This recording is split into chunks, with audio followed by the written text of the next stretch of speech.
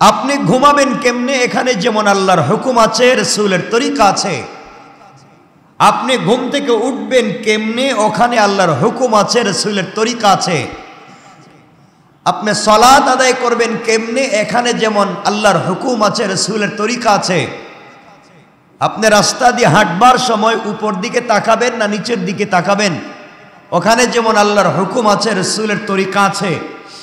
আপনি থুতু কেমনে নিক্ষেপ করবেন, ওখানে যেমন আল্লাহর হুকুম আছে, রাসূলের তরিকা আছে। আপনি স্ত্রীর সাথে কেমনে থাকবেন, ওখানে যেমন আল্লাহর হুকুম আছে, রাসূলের তরিকা আছে।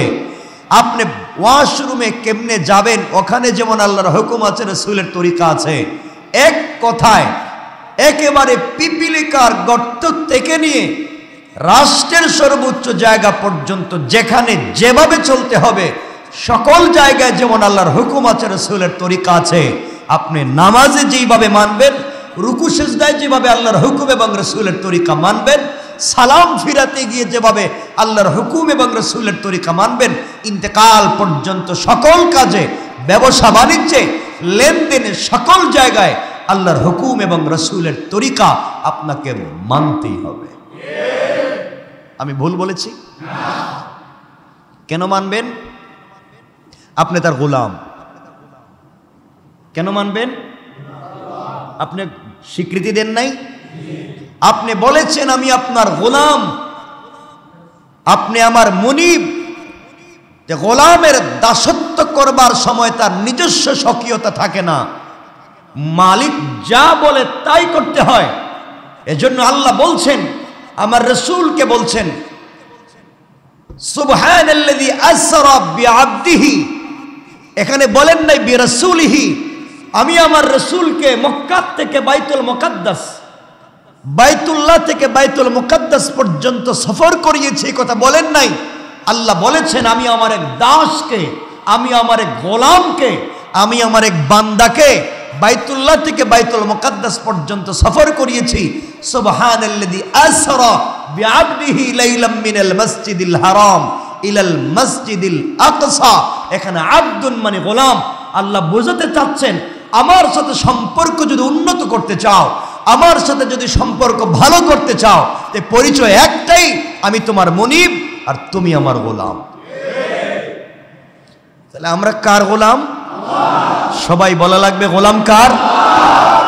গোলাম যদি রবের হয়, রব যদি আমাদের মুনিব হয়, চলার পথে হুকুম মানব কার?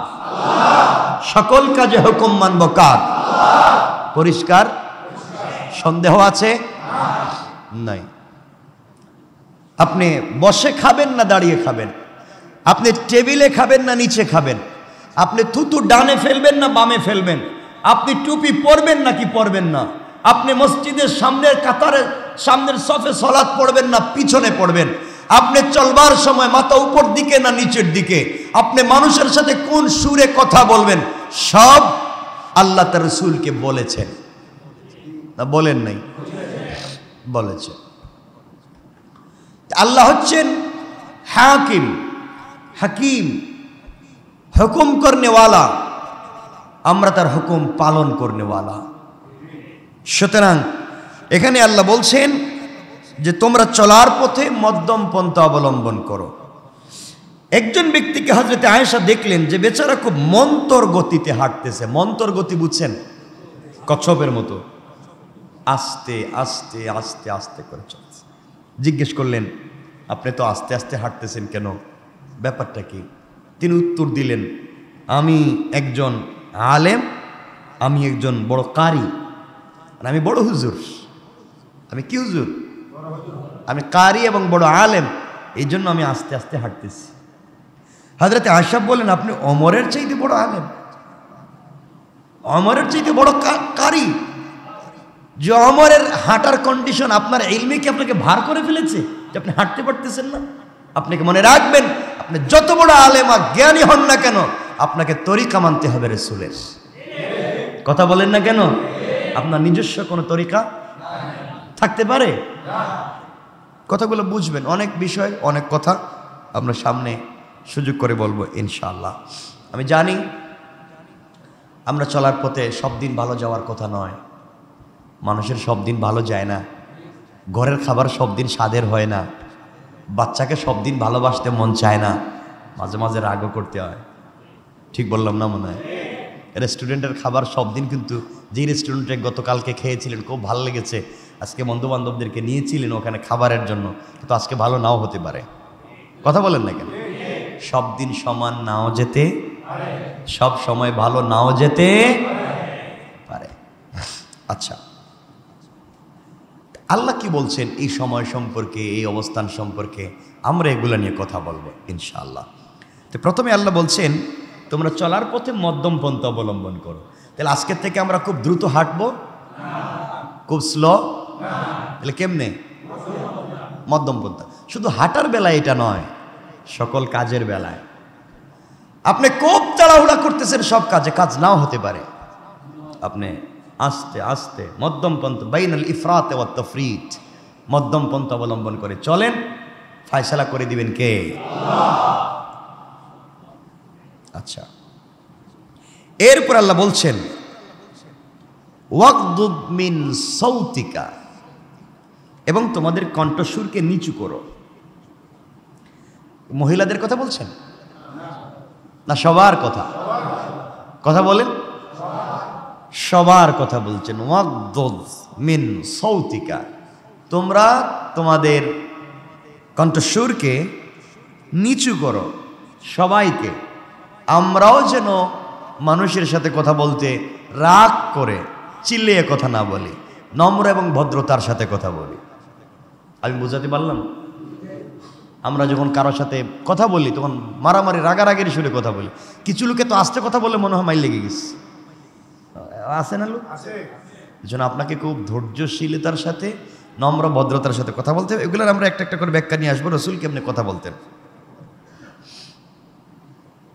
এরপরে বলছেন যারা চিল্লাইয়া কণ্ঠস্বর উঁচা করে মানুষকে দমিয়ে দিতে চায়, ভালো কাজকে স্তব্ধ করে দিতে চায়, ইসলামের মৌলিক নীতিমালাকে মানুষ থেকে দূরে রাখতে চায়, আলিম ওলামা থেকে সাধারণ মানুষকে দূরে সরিয়ে দিতে চায়, আলিম ওলামাদেরকে ষড়যন্ত্রে ফেলে তাদের চরিত্রে কালেমা লেপন করতে চায়, যারা আলেম ওলামাদের চরিত্র নিয়ে খেলা করতে চায়, আল্লাহ বলছেন তাদের সম্পর্কে ইন্না আনকারাল আসওয়াতি লা সাউতুল হামির, এদের আওয়াজ তো গাদার আওয়াজের চাইতেও খারাপ।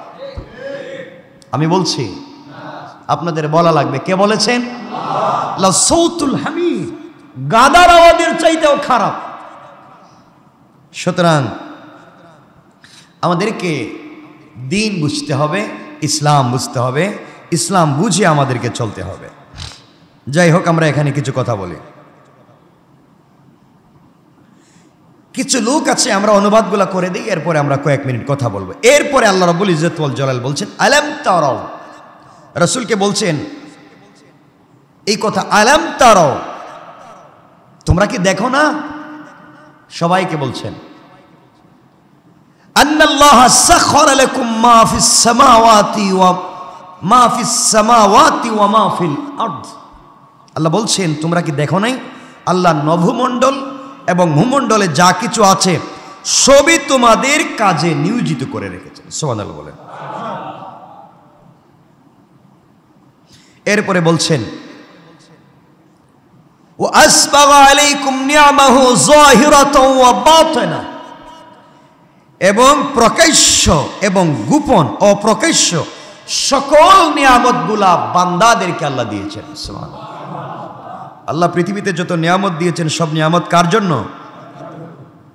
কিন্তু আল্লাহ বলছেন এমন লোকের পরে আছে, এমন লোকের পরে আছে ওমিনান নাসি মান ইউজাদিলু ফিল্লাহি বিগাইরি ইলম।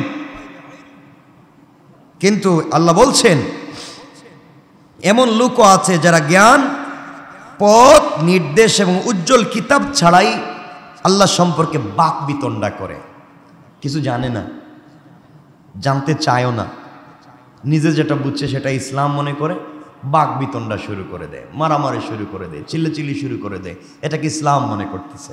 আছেন এমন লোক? আপনাদের চিনা জানার মধ্যে নাই? তাদেরকে যখন বলা হয় আল্লাহ যা নাজিল করেছেন তার উপরে তোমরা চলো, তখন তারা বলে আমরা এভাবে কেন চলবো? আমাদের পূর্বপুরুষদেরকে আমরা যে বিষয়ের উপরে পেয়েছি তারা যেভাবে চলছে আমরা এভাবেই চলবো।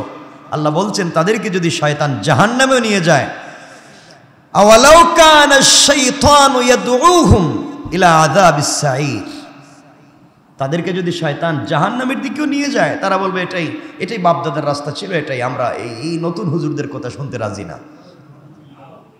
আছে না নাই?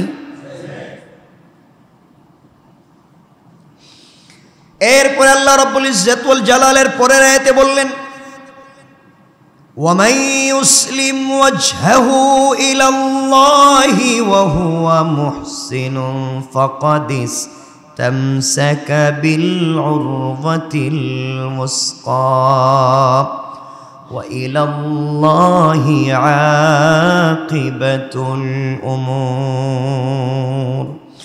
আল্লাহ রাব্বুল ইজ্জত ওয়াল জালালের পরে বললেন, যে ব্যক্তি সৎকর্ম পরায়ণ হয়ে স্বীয় মুখমণ্ডলকে আল্লাহ অভিমুখী করে ফেলে, যেই ব্যক্তি রাসূল সাল্লাল্লাহু আলাইহি ওয়াসাল্লামের তরিকা মেনে আল্লাহ অভিমুখী হয়ে যায়, আল্লাহর পদাঙ্ক অনুসরণ করে আল্লাহর কদমে সেজদায় লুটিয়ে পড়ে, সে ব্যক্তি মজবুত হাতল ধরে ফেলেছে। আল্লাহ বললেন, দুনিয়ার এতগুলা অন্যায় থাকবার পরে, জৌলুস থাকবার পরে, যেই গোলাম আমার রাসূলের পদাঙ্ক অনুসরণ করে, আমি আল্লাহর হুকুম মানবার জন্য নিজেকে তৈরি করে ফেলে, সমাজের দিক প্রান্ত অন্যায় অনাচার থাকবার পরেও, লোভ লালসা থাকবার পরেও সেদিকে যায় না, এরপরেও নিজে ইসলামের উপর অটল অবিচল থাকে, আল্লাহ বললেন সে যেন সত্য আমার হাতল চেপে ধরেছে। যেই ব্যক্তি এই অন্যায় সমাজে থাকবার পরে আমি আল্লাহর দিকে ফিরে এসেছে, আমার হাতলকে চেপে ধরেছে, আমি আল্লাহ ঘোষণা করলাম গোটা দুনিয়া থেকে আমি আল্লাহ মুখ ফিরিয়ে নিতে পারি, কিন্তু এই গোলাম থেকে আমি মুখ ফিরিয়ে নিতে পারি না। এই জন্য আমার বন্ধুগণ, এই দুনিয়ার জমিনে যা করি না কেন, চলার পথে শুধুমাত্র কেবলমাত্র আল্লাহর হুকুম রাসূলের তরিকা ছাড়ার কোনো পথ নাই। মুখ আছে, চামড়ার জবান দিয়ে কথা বলতে পারি, কিছু হলেই মানুষের সমালোচনা করতে পারি। আজকে কোনো মানুষ বিপদে পড়লে আরেকজন হাসে, কথা বলেন, হাসে, বিপদে পড়ছে, বিপদে পড়ুক, একটু হাসে। নামাজি, দিনদার, তাহাজ্জুদওয়ালা লোকে এই সমস্যায় জর্জরিত আজকাল, একজন বিপদে পড়লে আরেকজন হাসাহাসি করে, কথা বলেন না কেন? আপনারা বলেন না এমন লোক নাই?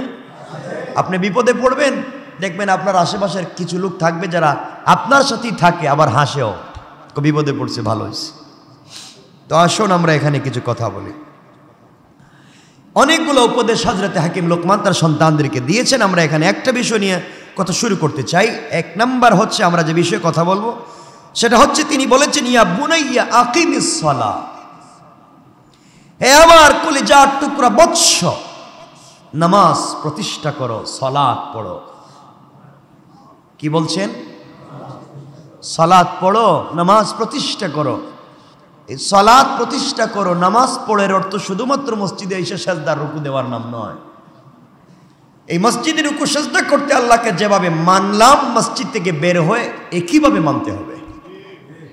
কথা বলেন, মানতে পারবো না ইনশাআল্লাহ? আমরা এটা করতে পারি না, কারণ নামাজ সকল অশ্লীলতা থেকে মানুষকে বাঁচিয়ে রাখতে পারে। আজকে আমরা নামাজ পড়ি না, আমরা যদি কালকে কেউকে বলি যে ভাই নামাজ পড়ো না কেন, তিনি বলবেন দেখবেন আমি ইনশাল্লাহ কালকের থেকে নামাজ পড়বো, কালকের থেকে নামাজ পড়বো, আজকে একটু প্যান্ট খারাপ, আজকে শরীর ভালো না, তো অজু ইস্তেঞ্জার আমি একটু ঝামেলায় আছি, আগামীকালকের থেকে মসজিদে আসবো। এমন কেউ বলে না? মনে বলেন, বলে না? আগামীকালকে নামাজ পড়বো বলতে বলতে হাজার হাজার মানুষ আজকে কবরে শুয়ে আছে, কিন্তু আগামীকালকে নামাজ পড়ার সুযোগ হয় নাই। ভুল বললাম? আগামীকালকে নামাজ পড়বো, এই আগামীকালকে বলতে বলতে হাজার মানুষ কবরে চলে গেছে, কিন্তু আগামীকালকে নামাজ পড়ার তার তৌফিক হয় নাই। তো আমি যে আগামীকালকে সালাত পড়তে পারবো এর কোনো গ্যারান্টি আছে? কথা বলে না কেন? আছে? নাই। এজন্য আল্লাহর ওয়াস্তে আমরা আল্লাহকে ওয়াস্তে নামাজি হয়ে যাই ইনশাল্লাহ। বলেন, সবাই বলেন ইসলাম হচ্ছে চলমান সকল সমস্যা এবং সংকটের বাস্তবসম্মত সমাধানের নাম ইসলাম। আমার কথা বুঝাতে পারিনি? আসমানের নিচে জমিনের উপরে চলমান যত সমস্যা পৃথিবীতে তৈরি হচ্ছে এবং সংকট, সকল সমস্যা এবং সংকটের বাস্তব সমাধান, বলেন না বাস্তব সমাধান, সবাই বলেন বাস্তব সমাধান ইসলাম। এই পৃথিবীতে যত সমস্যা চোখে পড়তেছে আজকে, যত সমস্যা ওয়ার্ল্ড ওয়াইজ, মারামারি, কাটাকাটি, টাকার মূল্য পড়ে যাচ্ছে, কোনো দেশ দেউলিয়া হয়ে যাচ্ছে, কোথাও হাঙ্গামা, মারামারি, রক্তপাত ঘটতেছে, সকল সমস্যার পূর্ণাঙ্গ সমাধান দিতে পারে একমাত্র ইসলাম। এই ইসলামটাকে যত বেশি আমরা মানুষের সামনে হাজির করব, তত মানুষ ইসলামের দিকে দুর্বল হবে, এবং সেটা হচ্ছে আলহামদুলিল্লাহ। না হচ্ছে না? হচ্ছে। সুতরাং আজকে এই সমস্যার ভিতরে পড়ে আমরা আজকে ইসলাম থেকে অনেক দূরে চলে যাচ্ছি। কথাগুলো মনোযোগ দিয়ে শুনবেন। ইসলাম হচ্ছে একটি সমষ্টিগত ধর্ম। ব্যক্তির সাথে সাথে সমষ্টির সংশোধন এই জীবন ব্যবস্থার প্রধান এবং গুরুত্বপূর্ণ অংশ হচ্ছে আমি ভালো হওয়ার পাশাপাশি পুরা সমষ্টি এবং জাতিকে যেন ভালো করা যায়। কিসের মাধ্যমে? ইসলামের। কিসের মাধ্যমে বলা লাগবে? ইসলাম কোনো ব্যক্তি ধর্ম না, সমষ্টিগত ধর্মের নাম। সমষ্টিগত ধর্মের নাম। নামাজের ন্যায় অবশ্যই করণীয় আরো অনেক ব্যবস্থা আছে। জীবন ব্যবস্থার প্রধান এবং মৌলিক গুরুত্বপূর্ণ বিষয় হচ্ছে সমাজের সকল জায়গায় ইসলামের মৌলিক বিষয় স্বচ্ছভাবে মানুষের কাছে পৌঁছে দেওয়া। তাইলে ইসলাম নিয়ে মানুষের কাছে আর খারাপ ধারণা থাকবে না। না থাকবে? কিন্তু মানুষের কাছে যখন আপনি ইসলামের কাজগুলো পৌঁছে দিবেন, অর্থাৎ সৎ কাজের কথা বলবেন, অসৎ কাজ থেকে নিষেধের কথা বলবেন, অবশ্য এই করণীয় কাজ করতে গেলে মানুষ আপনাকে অনেক সময় খারাপও বলতে পারে। গোটা বিশ্বের মানুষের কাছে আপনি যখন ইসলামের মৌলিক সৎ কাজ এবং সৎ কাজের আদেশ ও সৎ কাজের নিষেধ করতে যাবেন, তখন দেখবেন অনেক দুঃখ কষ্ট বরদাস্ত করতে হবে। কি বলেন? সবাই বলেন। অনেক শ্রম, অনেক সাধনার প্রয়োজন হবে। এর উপর দৃঢ়পথ থাকা খুব সহজ ব্যাপার নয়। বিপদ যখন আসবে সহজ নয়। বিশেষ করে মানুষের পরিশুদ্ধির উদ্দেশ্যে, সমাজের পরিশুদ্ধির উদ্দেশ্যে, জাতিকে ভালো পথে নিয়ে আসবার জন্যে আপনি যখন সৎ কাজের আদেশ দিবেন, তখন দুনিয়ায় প্রতিদিন আপনার শত্রুর সংখ্যা বাড়তেই থাকবে, বিরোধিতার সংখ্যা বাড়তেই থাকবে। ভুল বলেছি? এজন্য এই উপদেশের সাথে সাথে আল্লাহ আরেকটা কথা বলেছেন, অসবির আলা মা আসাবাক ইন্না যালিকা মিন আজমিল উমুর। এসব কাজ সম্পূর্ণ করতে গেলে দুঃখ কষ্টের সম্মুখীন হতে হবে। তাতে যদি ধৈর্য ধারণ করে স্থিরতা অবলম্বন করতে পারো, তাহলে তোমাদের উপরে থাকবে আমি আল্লাহর হাত। সুবহানাল্লাহ বলেন। তাহলে ভালো কাজ করতে গেলে বাধা আসবে, বলেন আসবে? আসবে। অন্যায় কাজ থেকে সমাজকে বাঁচাতে হবে। মনে রাখবেন, আমরা এখানে বসে আছি, ইসলাম কখনো সাম্প্রদায়িক দাঙ্গা সৃষ্টি করতে পারে না।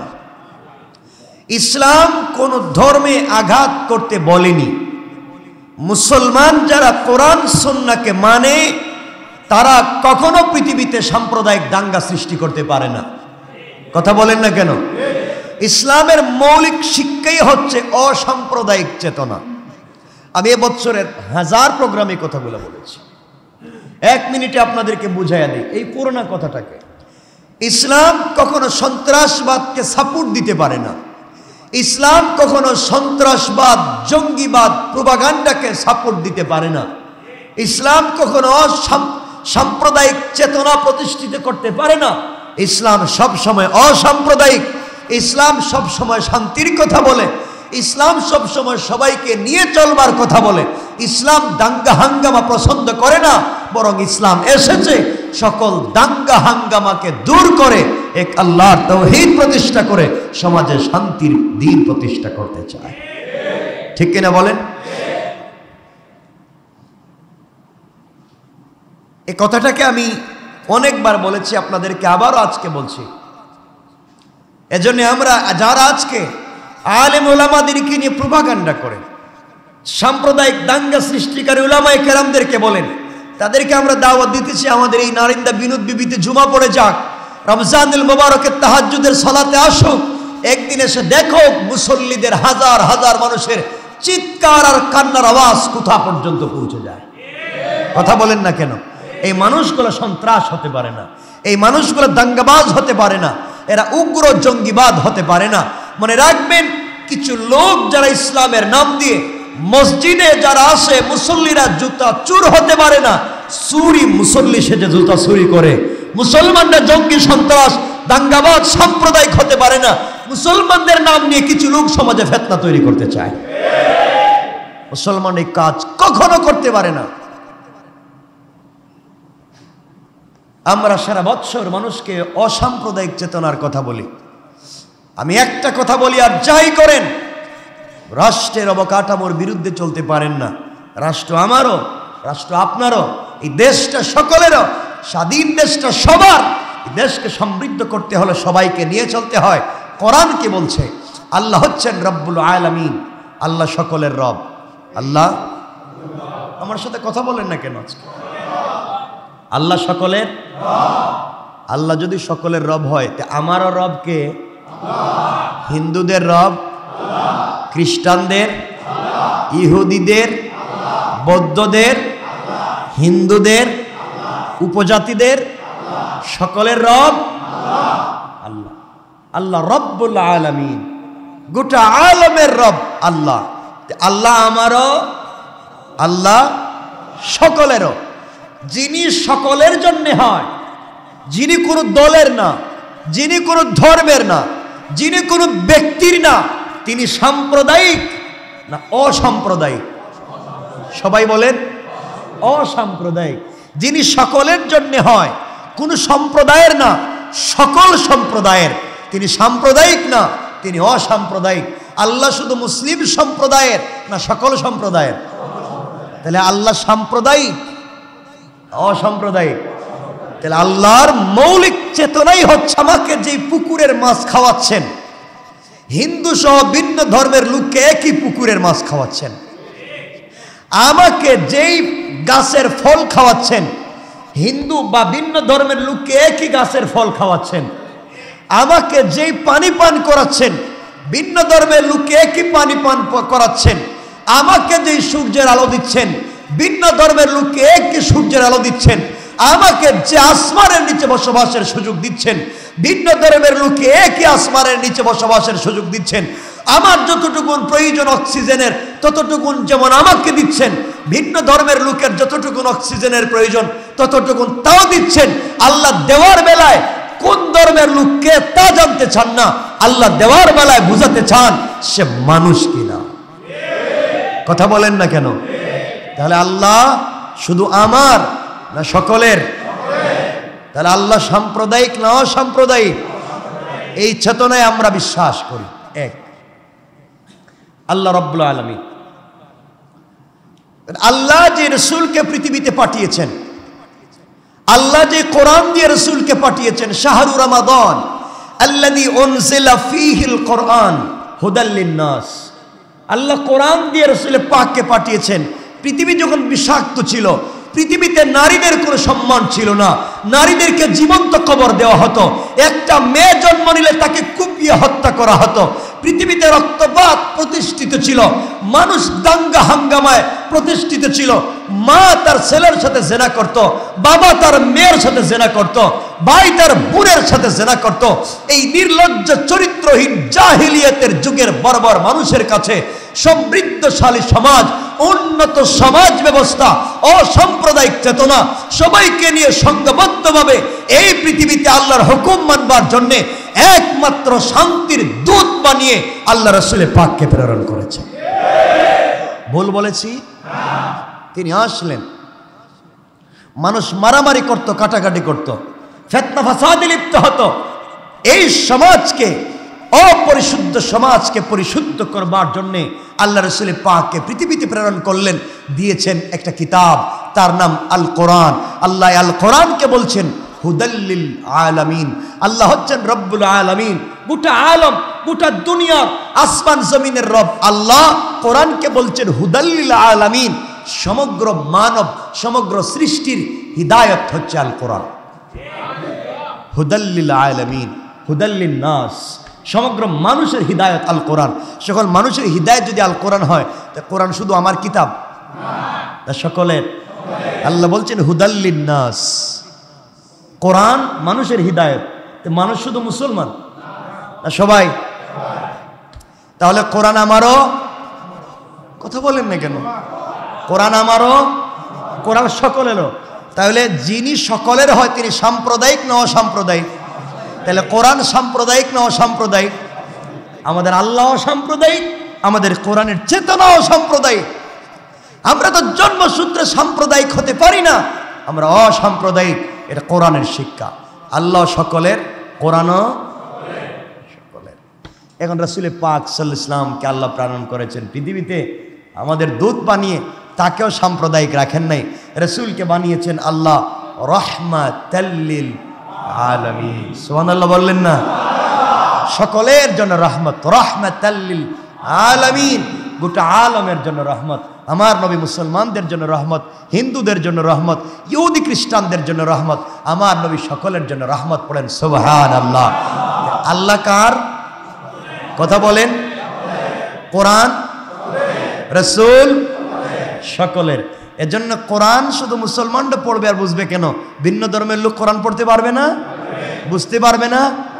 আল্লাহ শুধু আমরা মানবো, ভিন্ন ধর্মের লোক আল্লাহকে মানতে পারবে না। আমরা শুধু রসুলকে মানবো, রসুলের তরিকা মানবো, ভিন্ন ধর্মের লোক মানতে পারবে না, মানতে পারবে। এই জন্যে মনে রাখবেন, এই চেতনা অসাম্প্রদায়িক রব, অসাম্প্রদায়িক কোরআনের চেতনা দিয়া অসাম্প্রদায়িক রসুলের কাছে প্রেরণ করে। রসুলকে তিনি কোনো দেশের নবী বানান নাই। ঈসা এক জায়গার নবী, মুসা এক গোষ্ঠীর নবী, কেউ ইহুদিদের নবী, কেউ খ্রিস্টানদের নবী, কেউ মক্কার নবী, কেউ মদিনার নবী, কেউ ইয়ামানের নবী, কেউ তুরস্কের নবী, কেউ সিরিয়ার নবী, কেউ দিমাশকের নবী। এক একজন এক এক দেশের নবী ছিলেন। কেউ গোটা দুনিয়ার নবী ছিলেন না, কেউ গোটা জাতির নবী ছিলেন না। জাতির নবী বানিয়ে, জাতীয় রসুল বানিয়ে একজনকে প্রেরণ করেছেন, তিনি মুহাম্মদুর রাসূলুল্লাহ। তিনি সকলের নবী, তিনি কোনো দেশের না। অন্য কোন নবী গোটা দুনিয়ার নবী ছিলেন না, তিনি এক দেশের নবী। এক এক গতিশীল করতে চায়। মনে রাখবেন, এরা সব সময় এই দেশের স্বাধীনতাকে মাইনা নিতে পারে না, ভালো থাকতে চায় না। আজকে আপনারা জেনে থাকবেন, সিলেটে কি পরিমাণ বন্যা। 50 বছরের ইতিহাসে এমন বন্যা হয় নাই। 50 বছরের ইতিহাসে এমন বন্যা হয় নাই। পুরা শহরে পানি, মেইন রাস্তাগুলো পানির নিচে, মানুষের একতলা বাড়ি পানির নিচে চলে গেছে। টিনের ঘরের উপর দিয়ে পানি যাইতেছে, সবগুলো রাস্তাঘাট ভেঙে একাকার হয়ে গিয়েছে। অথচ এই ঢাকা শহরে বৃষ্টি নাই, গরম। আপনারা খবরের আমাদের আশেপাশে বিভিন্ন রাষ্ট্রে মানুষ গরমে মরে যাচ্ছে, পানির জন্য হাহাকার করতেছে। আমি সিলেট থেকে আসলাম, পানির কিভাবে বুঝাবো, পানি কিভাবে বুঝাবো? সুরমা নদীর পাড়ের উপর দিয়ে পানি চলে যাচ্ছে, শহরে পানি ঢুকে গেছে, প্রায় সব জায়গায় পানি। শহরের উপরে মানুষ নৌকা চালাতে হচ্ছে, হাজার হাজার লক্ষ লক্ষ মানুষ পানিবন্দী হয়ে আছে। এই জন্য আল্লাহকে আসতে, এই যে জলবায়ুর যে পরিবর্তন হচ্ছে, একই জায়গা একটু দূরে, এই যে ঢাকা শহর আর কত দূরে, 250 কিলোমিটার, এখানে মানুষ গরমে মরে যাচ্ছে, পানি নাই, আর ওখানে মানুষ ডুবে যাচ্ছে। এই জলবায়ুর পরিবর্তন হচ্ছে, সমাজ কোন দিন কোন জায়গায় চলে যাচ্ছে আল্লাহ পাক জানেন। আল্লাহর ওয়াস্তে আমরা ফিতনা ফাসাদ করব না, বলেন ইনশাআল্লাহ। যারা আলেম ওলামাদেরকে কটাক্ষ করতে চান, যারা আলেম ওলামার বিরুদ্ধে লেখালেখি করেন, যারা আলেম ওলামাদের নাম নিয়ে নহেতুক নানান বিতর্ক তৈরি করতে চান, আল্লাহর ওয়াস্তে এগুলো বাদ দিয়ে দেন। আপনারা এগুলো বাদ দিয়ে দেন, সবাই ভালো হয়ে যায়। ভালো হয়ে যান। আবারও বলছি সবাই ভালো হয়ে যায়। রব বলছেন আমি যাকে ধরি ইন্না বাতশা রাব্বিকা লাশাদীদ, আমি যাকে ধরি কোন ছেড়ে দেওয়ার মতো করে ধরি না। এজন্য আল্লাহর ওয়াস্তে আমরা ফিতনা ফাসাদ করব না ইনশাআল্লাহ। বলেন হারাম কাজে লিপ্ত হব না, অন্যায় করব না, রাষ্ট্রের বিরুদ্ধাচরণ করব না, সন্ত্রাসবাদে জড়িত হব না, জঙ্গিবাদে জড়িত হব না, উগ্রবাদে জড়িত হব না। আমরা কোনো কাজে সন্ত্রাসবাদে জড়িত হব না, উগ্রবাদে জড়িত হব না, এরপরে সাম্প্রদায়িক কোনো দাঙ্গায় জড়িত হব না। আমরা সব বাদ দিয়ে শান্তির ধর্ম ইসলাম। ইসলাম তো শান্তির। আমাদের তো অনেক কথা বলার ছিল। রসুল কেমন ছিলেন, তিনি কেমনে কথা বলতেন, তিনি মানুষের সাথে কেমনে চলতেন, তিনি কোনভাবে কথা বলতেন। আমি অনেকবার বলেছি ইসলাম জোরে পিটাইয়া কাউকে ইসলাম কবুল করতে বলে নাই। ঠিক আছে, কোথায় আছে যে কে কারে পিটাইয়া ইসলাম কবুল করাইছে? কে কোন জায়গায় কারে পিটাইয়া ইসলাম কবুল করাইছে? কেনই ভুল বার্তা সমাজে দেওয়া হচ্ছে? কেনই ভুল বার্তা সমাজে দেওয়া হচ্ছে? ওলামায়ে কেরামকে রাষ্ট্রের বিরুদ্ধে, ওলামায়ে কেরামকে সরকারের মুখোমুখি করা হচ্ছে কেন? এগুলো তো ঠিক না, অন্যায়। সব কিছুর শেষ আছে। এজন্য আল্লাহর ওয়াস্তে আমরা এই সমস্ত অন্যায় কাজে জড়িত হতে চাই। আমরা কাজ কি, আমাদের কাজ কি বলেন তো? বলেন না। আল্লাহর হুকুম, রাসূলের তরিকা, এই তো। আর কিছু আছে আপনাদের? আর কিছু আছে? কোরআনের কোন জায়গায় আছে যে মারামারি কাটাকাটি করেন, হিন্দুদের বাড়ি জ্বালায়া দেন, মন্দিরে আগুন দেন? আছে? নাই। এই ফিতনাগুলো না, কি করেও না। দেশে যখন মাদকিয়াবায় সয়লাব হয়ে যায়, লক্ষ লক্ষ মসজিদের মিনার থেকে উলামায়ে কেরাম বজ্রকণ্ঠে কথা বলেন। কথা বলেন না কেন? এই অন্যায়ের প্রতিবাদ করেন। দেশে যখন দাঙ্গা হাঙ্গামা তৈরি হয়, তখন সাধারণ পাবলিককে শান্ত রাখবার জন্যে দিন বুঝাইয়া, অসাম্প্রদায়িক চেতনা বুঝাইয়া ভাই ভাই একসাথে চলবার মতো পরিবেশ উলামায়ে কেরাম তৈরি করে দেয়।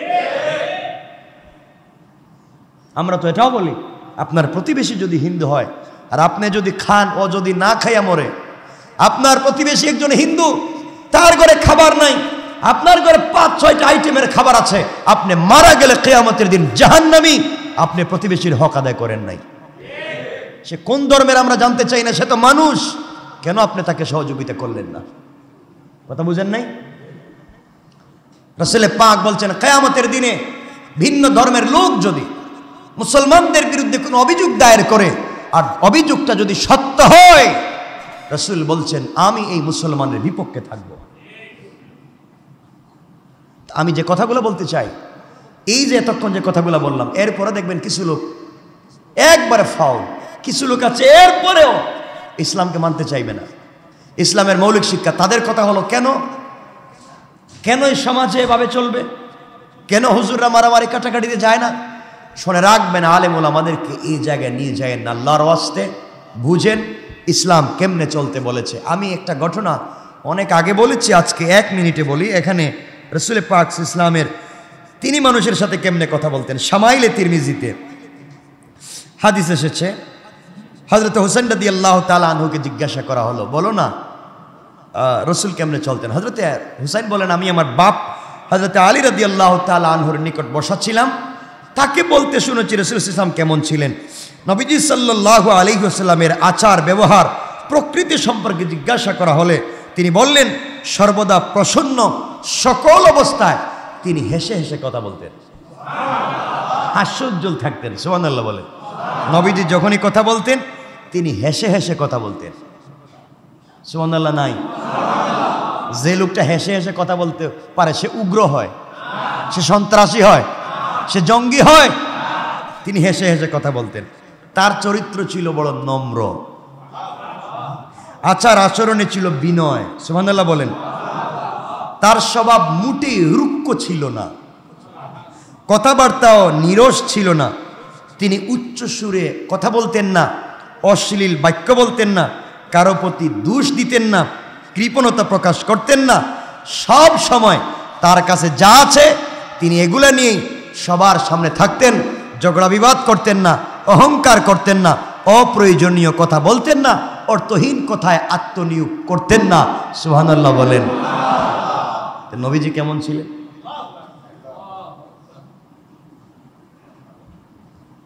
যাই হোক, এতটুকুন বললাম, আমাদের সময় কমে যাচ্ছে। আমি 2-3 মিনিটে যে কথা আপনাদেরকে বলতে চাই যে ইসলাম শান্তির ধর্ম। আপনারা মানেননি, আল্লাহ জানেন। ইসলাম এই শান্তিটার মানে কি বলেন না কেন? ইসলাম কিসের ধর্ম? শান্তি কখন পাবেন? যখন আল্লাহর হুকুম রসুলের তরিকায় মানবেন। ইসলাম শান্তির ধর্ম কখন বুঝবেন? যখন আল্লাহর হুকুম রসুলের তরিকায় মানবেন, তখন শান্তি পাবেন। ইসলাম নাম দিয়া রসুলের তরিকা নাই, আল্লাহর হুকুম নাই, যেমন মন চায় তেমন চলতেছেন, তাহলে শান্তি কোথায় পাবেন? শান্তি তো পাবেন না, শান্তি পাবেন না। তাহলে শান্তি যদি পেতে হয়, হুকুম মানতে হবে কার? তরিকা মানতে হবে কার? রসুলের। আল্লাহ আমাদেরকে হেফাজত করুক। ছোট্ট এই ঘটনাটা বলে আমরা সংক্ষেপ করব, যদিও সময় কমে যাচ্ছে। এই ঘটনা আপনাদেরকে অবশ্যই বোঝাবো যে ইসলাম কখনো কাউকে আক্রমণ করে না। ইসলাম প্রথমে কাউকে আক্রমণ করে না, আঘাত করে না, বিরুদ্ধাচরণ করে না, কাউকে পিটাইয়া মাইরা ইসলাম কবুল করাতে বলে নাই। এমনকি রাসূল ইসলাম বলেছেন, আল্লাহ কোরআনে বলছেন, রাসূল কালাস্তা আলাইহিম বিমুসাইতির, অগ পয়গম্বরে আরবি, আপনি দারোগা না, আপনি ওসিডি সিএসপি না যে আপনি কাউকে পিটাইয়া ইসলাম কবুল করাবেন। আপনি পিটাইলে কাউকে হিদায়াত দিতে পারবেন না। ইয়া রাসূলুল্লাহ, ও পয়গম্বরে আরবি, আপনি জোর জবরদস্তি করে কাউকে ইসলাম কবুল করাইতে পারবেন না। কোরআনের আয়াত, লাস্তা আলাইহিম বিমুসাইতির, আপনি পারবেন না পিটাইয়া কাউকে হিদায়াত দিতে। আপনি ভালোবেসেও পারবেন না। আপনি কলিজা দিয়ে কাউকে ভালোবেসেন, ভালোবাসলে হিদায়াত দিতে পারবেন না। ইন্নাকা লা তাহদি মান আহবাবতা, আপনি ভালোবাসলে হিদায়াত দিতে পারবেন না। আপনি আপনার চাচা আবু তালেবকে কলিজার চাইতে বেশি ভালোবেসেছেন, হিদায়াত আপনি দিতে পারেন নাই। ও পয়গম্বর, হযরত ইব্রাহিম তার বাপকে বেশি ভালোবেসেছে, হিদায়াত দিতে পারেন নাই। ভালোবাসলেই হিদায়াত দেওয়া যায় না, পিটাইয়া হিদায়াত দেওয়া যায় না। পিটাইয়া যদি হিদায়াত দেওয়া যাইতো, নূহ আলাইহিস সালাম, লূত আলাইহিস সালাম তার স্ত্রীকে হিদায়াত দিতে পারতেন, নূহ আলাইহিস সালাম তার ছেলে কেনানকে হিদায়াত দিতে পারতেন। বুঝা গেল পিটাইয়া হিদায়াত দেওয়া যায় না, ভালোবাসলে হিদায়াত দেওয়া যায় না। আপনার কাজ হচ্ছে সুন্দর ভাষায়, নম্র ভাষায় পৌঁছে দেওয়া। হিদায়াত দেওয়ার মালিক কে? এই সহজ কথা আর কেমনে বুঝাবো? এই সহজ কথা আর কেমনে বুঝাবো? হিদায়াত দেওয়ার মালিক একমাত্র আল্লাহ। কেউ হিদায়াত দিতে পারবেন না, কেউ হিদায়াতের মালিক না। হিদায়াতের মালিক আল্লাহ। আপনার কাজ পৌঁছে দেওয়া। বাল্লিগু আন্নি ওয়ালাউ আয়া, আমার একটা কথা হলে পৌঁছে দাও। কার তরিকায়? মারামারি করে না, নম্র ভাষায়? নম্র ভাষায় আমার একটা কথা হলেও পৌঁছে দাও। এই পৌঁছাতে গিয়ে যদি কলিজা দিয়ে কাউকে ভালোবেসে মনে করো হিদায়াত দিবা, পারবা না। পিটাইয়া হিদায়াত দিবা, পারবা না। তাহলে তোমার পিটানোরও দরকার নাই, খুব ভালোবেসে হিদায়াতের দরকার নাই। তোমার কাজ হচ্ছে পৌঁছে দেওয়া, এই তোমার দায়িত্ব শেষ। তোমার কাজ পৌঁছে দেওয়া, এই তোমার দায়িত্ব। হিদায়াত কে দিবেন? সবাই বলেন আল্লাহ। কারো প্রশ্ন আছে এই কথার উপরে? আপনার আর কোনো দায়িত্ব নাই। একজন প্যান্ট পরে মসজিদে আসছে, পিটানো মসজিদে প্যান্ট পরে আসতে পারবে না, টুপি নাই আসতে পারবে না, এগুলো বলা যাবে না। তাকে আপনি বুঝান, বুঝালে হয়তো দিন শিখবে। এই কথাটা দিন কেমনি, এই কথা আমি আগে বলেছি, আপনাদেরকে এখন বলে আমরা এই কথাগুলা শেষ করে নেই, আর লম্বা করব না। আপনারা জানেন আমি একবার বলেছি, ইতিহাস থেকে আল্লামা জুলফিকার নকশবন্দি ওনার খুতুবাতে জুলফিকারের ঘটনা নিয়ে এসেছেন।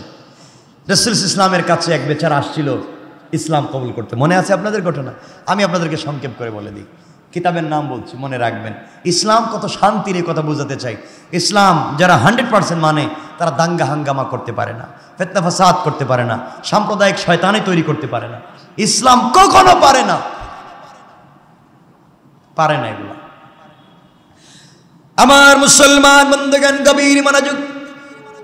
আল্লাহর পয়গম্বর, আখিরি জামানার নবী জনাবে মুহাম্মদুর রাসূলুল্লাহ সাল্লাল্লাহু আলাইহি ওয়াসাল্লাম একদিন বসে আছেন। একটা লোক আসতেছে আমার নবীকে হত্যা করার জন্যে, নবীজিকে মেরে ফেলবার জন্যে আসতেছে, দুনিয়ার জমিন থেকে উঠায়া দেবে। সে জানতে পারে নাই আমার নবীজি এমন একজন পয়গম্বর যিনি আঙ্গুল দিয়ে আসমানের দিকে ইশারা করলে চন্দ্র দুই টুকরা হয়ে যায়, তুতু নিক্ষেপ করলে মেশকে আম্বার হয়ে যায়, শরীর থেকে ঘাম ঝরলে জান্নাতুল ফিরদাউসের গ্রান হয়ে যায়, রাস্তা দিয়ে হেঁটে গেলে বিচ্ছু পর্যন্ত সালাম দেওয়ার জন্য দাঁড়িয়ে যায়, সাপ আমার রাসূলকে সালাম দেওয়ার জন্য দাঁড়িয়ে যায়, রুদ্রের মধ্যে রাস্তায় হাঁটতে গেলে আকাশের মেঘমালা ছায়া দিতে থাকে। এমন পয়গম্বর বসে আছেন, একটা লোক খোলা তরবারি নিয়ে আসছে আমার নবীকে উঠায়া দেবে। নবীজির কাছে এসেছে, আমার নবীজির কাছে যখন আসলো তার উদ্দেশ্য হচ্ছে নবীজিকে মারবে, দুনিয়ার জমিন থেকে উঠায়া দিবে। উদ্দেশ্য ভালো না খারাপ? সবাই বলেন। নবীজির কাছাকাছি পৌঁছে গেল। আমার নবীজি সাল্লাল্লাহু আলাইহি ওয়াসাল্লামের কাছে যখন কেউ আসতো, কোন ধর্মের লোক কে তিনি জানতে চাইতেন না, তাকে দাঁড়িয়ে সাথে সাথে বুকের সঙ্গে লাগাইয়া দিতেন। কোন সুবহানাল্লাহ। ইসলাম কত উদার! এই জন্যে ইলম শুধু কিতাব পড়ে পাওয়া যায় না। আল্লাহ রাসূলকে আল্লাহ বলেছেন ইলম সিনা দের সিনা, ইলম এক সিনার থেকে আরেক সিনায় যায়। এই জন্যে জিবরিল আমিন এসে আমার রাসূলকে বলছেন, পয়গম্বরে আরবি আপনি পড়েন না ইকরা। নবীজি বললেন আমি পড়তে পারি না। জিবরাইল বলছেন আপনি বলেন না ইকরা। আমার নবীজি বললেন আমি বলতে পারি না। জিবরিল আমিন আবার বলছেন ইকরা পড়ুন। নবীজি বললেন আমি পড়তে পারি না। জিবরাইল আল্লাহকে বলছেন আল্লাহ তাআলা আপনি কার কাছে কোরআন দিয়ে পাঠালেন? বেচারাকে তিনবার বলছি ইকরা, তিনি পড়তে পারেন না। আল্লাহ বললেন ও জিবরাইল, যার কাছে কোরআন নাজিল করেছি, যাকে আমি আল্লাহ বিশ্ব নবী বানিয়েছি, যাকে আমি আল্লাহ আমার বন্ধু হাবিবুল্লাহ বানিয়েছি, যার জন্য জান্নাত সাজিয়ে রেখেছি, যাকে আমার নামের পাশে জায়গা দিয়েছি, তাকে কষ্ট দিয়া জবান খুলে পড়তে হবে না। জিবরাইল রে, তুমি আমার বন্ধুর বুকের সঙ্গে বুকটা লাগাইয়া একটা চাপ দাও, তোমার বুকটা আমার বন্ধুর বুকের সঙ্গে লাগাইয়া দাও। আমি আল্লাহ পূর্ণ 30 বার কোরআন তার বুকে নাজিল করার জিম্মাদার। ইলম তো সিনাদের সিনা। পয়গম্বর আরবির সামনে যদি কেউ আসে, তিনি দাঁড়িয়ে যান, সালাম করেন, জড়ায়া ধরেন। এই লোকটা আমার নবীজিকে আঘাত করবার জন্য এসেছে, নাঙ্গা তরবারি নিয়ে এসেছে। নবীজি দাঁড়িয়ে গেলেন, মুস্কি হাসলেন। আমার নবীজি যখন মুস্কি হাসতেন, দাঁতের অগ্রভাগ যদি বের হয়ে যায়, নবীজির মুস্কি হাসার আলোতে আসমানে চন্দ্র সূর্য পর্যন্ত অন্ধকার হয়ে যায়। আল্লাহু আকবার বলেন। আমার নবীজি কেমন ছিলেন? তিনি যখন রাস্তা দিয়ে হেঁটে যাইতেন, মাথা নিচের দিকে করে হাঁটতেন। লোকটা এসেছে আমার নবীকে আঘাত করবার জন্যে, দাঁড়িয়ে গেলেন, মুআনাকা করলেন, কপালে চুম্বন দিলেন। লোকটার ভিতরে যত চিন্তা ছিল এক নিমিষে দূর হয়ে গেল। আরে কারে মারতে আসলাম, কার সম্পর্কে শুনছি তিনি নাকি দাঙ্গাবাজ, কার সম্পর্কে জানলাম তিনি নাকি মারামারি কাটাকাটি করেন। এমন লোক কি দুনিয়ার জমিনে হতে পারে রে, যার চেহারার দিকে তাকালে পেটের খোদা দূর হয়ে যায়। আমার নবীজি জিজ্ঞাসা করলেন কেন এসেছে যুবক? যুবক বলতে পারতেছেন আপনাকে মারবার জন্য এসেছি। যুবক বলতেছে মুহাম্মদ ইবনে আব্দুল্লাহ, আমি একটা কাজে এসেছিলাম, ভুলে গিয়েছি, আবার যদি কখনো আসি আপনাকে বলবো, চলে যায়। এই কথা বলে যুবক দ্রুত গতিতে কেটে পড়ল। পয়গম্বর আরবি কিছুই বুঝতে পারলেন না। যুবক চলে গেল অনেক দূরে। বাড়িতে যাওয়ার পরে এই গোলামটা মুসলিম না, ঘুমিয়ে পড়ল। ঘুমের ঘরে সে ঘুমাতে পারে না। তার যখনই চোখ বন্ধ করে তখনই মনে করে তার বুকের সঙ্গে নবীজি জড়াইয়া ধরে রেখেছে। সেই সাত বলে যেতে পারে না, হারে রাসূলে পাক বুকে জড়িয়েছেন। আর পারে না, 3, 4, 5, 6 মাস চলে গেল। একদিন নিজেকে সামলে রাখতে পারল না। সিদ্ধান্ত নিল যে লোকটাকে মারবার জন্য গিয়েছিলাম, যে লোকটার বিরুদ্ধে কুৎসা রটনা করেছি, যাকে গালি দিয়েছিলাম দাঙ্গাবাজ বলে, তার কাছে যাওয়ার পরে তো এমন কিছুই পেলাম না। এমন মানুষ তো পৃথিবীতে হয় না। আর যাই করি না কেন, আজ ওই ব্যক্তিটার কাছে গিয়ে আমি কালিমা পড়ে মুসলমান হয়ে যেতে চাই। ইসলাম কেমন আদর্শের নাম! ইসলাম আঘাত করে প্রতিষ্ঠিত হয় নাই, ইসলাম উত্তম চরিত্রের মাধ্যমে প্রতিষ্ঠিত হয়েছে। নবীজির উত্তম চরিত্র দেখে দেখে মানুষ কালিমা পড়েছে। লোকটা দৌড়াইয়া 3-4 মাস 5-6 মাস পরে নবীজির কাছে এসেছে, এসে বলছে, ইয়া রাসূলুল্লাহি ইয়া হাবিবাল্লাহ, ওগো মুহাম্মদ ইবনে আব্দুল্লাহ, ওই দিন আপনার কাছে এসেছিলাম আপনাকে আঘাত করবার জন্য, আপনাকে মেরে ফেলবার জন্য, কিন্তু আপনার সঙ্গে কয়েক মিনিট কাটাবার পরে আপনি আমার বুকের সঙ্গে জড়াইয়া যে চাপ দিয়েছেন, আজও বলতে পারি না। আমি আর এভাবে থাকতে চাই না, আমাকে আপনি জান্নাতের সুসংবাদ দেন, আর এই মুহূর্তে আমাকেও কালিমা পড়াইয়া মুসলমান বানাইয়া দেন। সুবহানাল্লাহ, জোরে আওয়াজ করে। নবীজি মারছেন, পিটাইছেন? নবীজি বলছেন, বাবা আরো বুঝো, আরো চিন্তা করো, আরো বুঝো। কই, ইয়া রাসূলুল্লাহ না, আমাকে এখন কালিমা পড়ান। দেখেন ইসলাম কত সহনশীল। লোকটা বলছে, পয়গম্বরে আরবি, তাহলে শুনেন, আমি কালিমা পড়তে রাজি, কিন্তু কোনোদিন নামাজ পড়বো না। আমরা হইলে বলতাম, বাবা যাও, কালিমা পড়ার দরকার নেই, এই শর্ত দিয়ে ইসলাম কবুল করার দরকার নেই, বাইরু। নবীজি বলছেন, কাছে আসো। সুবহানাল্লাহ বললেন। এই কাছে আসার গল্প শিখিয়েছেন আমার রাসূল। আল্লাহু আকবার। কাছে আসো, আমি কিন্তু নামাজ পড়বো না, আপনি যদি এই শর্তে আমাকে কালিমা পড়ান আমি রাজি। নবীজি বলেন, তাও পড়ো। লোকটা কালিমা পড়ে মুসলমান হয়ে গিয়েছে, কিন্তু কি করবে না? আমি কিন্তু এই কদমে সেজদা দিতে পারবো না আল্লাহর, এই কাজ আমার দ্বারা হবে না। নবীজি বলেন, ঠিক আছে, নামাজ পড়ার দরকার নেই, কালিমা নিয়েই থাকো। দেখেন ইসলাম কেমন ধর্মের নাম। আমার বন্ধুগণ, লোকটা চলে গেল। দীর্ঘ কয়েকদিন যাওয়ার পরে হঠাৎ করে তাকায়া দেখে 5 ওয়াক্ত নামাজের যখন আজান হয়, কোনো মুসলমান বাড়িতে আর নাই, কাউকে ঘরে পাওয়া যায় না। আজান হওয়ার সাথে সাথে আল্লাহ বলছেন, হাইয়া আলাল ফালাহ, কল্যাণ আমি রবের কাছে, আমি রব মসজিদে অপেক্ষা করতেছি, আসো। গোলাম আল্লাহর ডাক শুনে পাগলের মতো দৌড়াইয়া মসজিদে যায়। যুবক চিন্তা করে, আহারে আমিও তো কালিমা পড়ছি, বাড়িতে একা একা থেকে লাভ কি, আজ থেকে আমিও মসজিদে যেতে চাই। তাকে কি মারা লাগছে? নবীজির কাছে এসে বলছি, ইয়া রাসূলুল্লাহ, আমি ওখান থেকে নামাজ পড়বো। নবীজি বলেন, পড়ো। আমার কিন্তু শর্ত আছে। কি শর্ত? আমি নামাজ পড়বো কিন্তু ওযু করতে পারবো না। কি করতে পারবো? আমরা বলতাম, বেটা নামাজ পড়বে, ওযু করুন। বাঘ বাইরে মসজিদ থেকে, আমরা যে গরম মুসল্লি।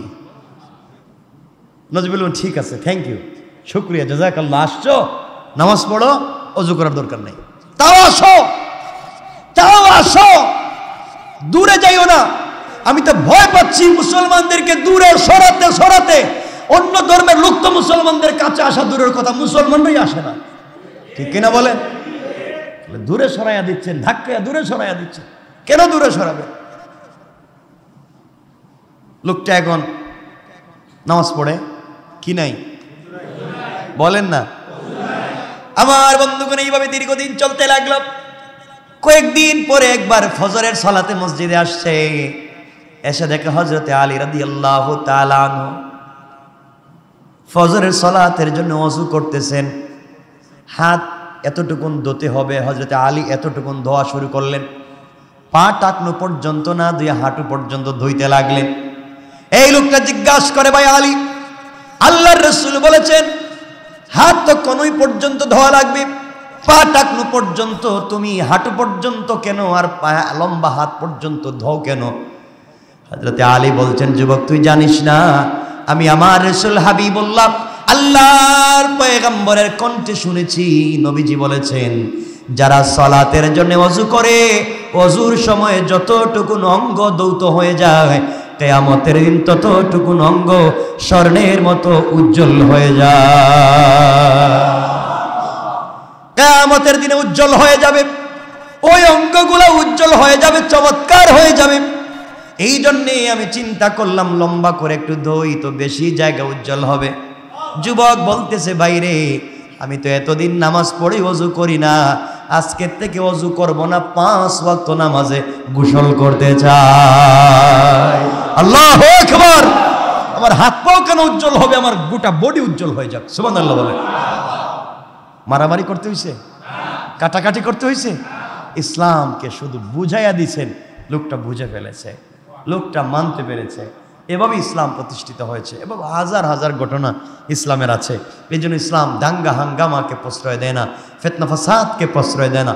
ইসলাম শান্তির ধর্ম তখন যখন আমরা ইসলামকে 100% ফলো করব। পারবো তো ইনশাআল্লাহ?